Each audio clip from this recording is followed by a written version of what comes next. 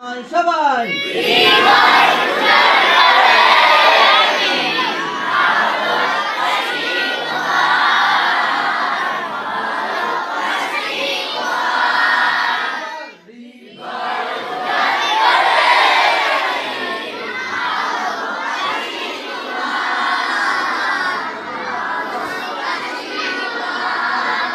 আবার একসাথে হৃদয়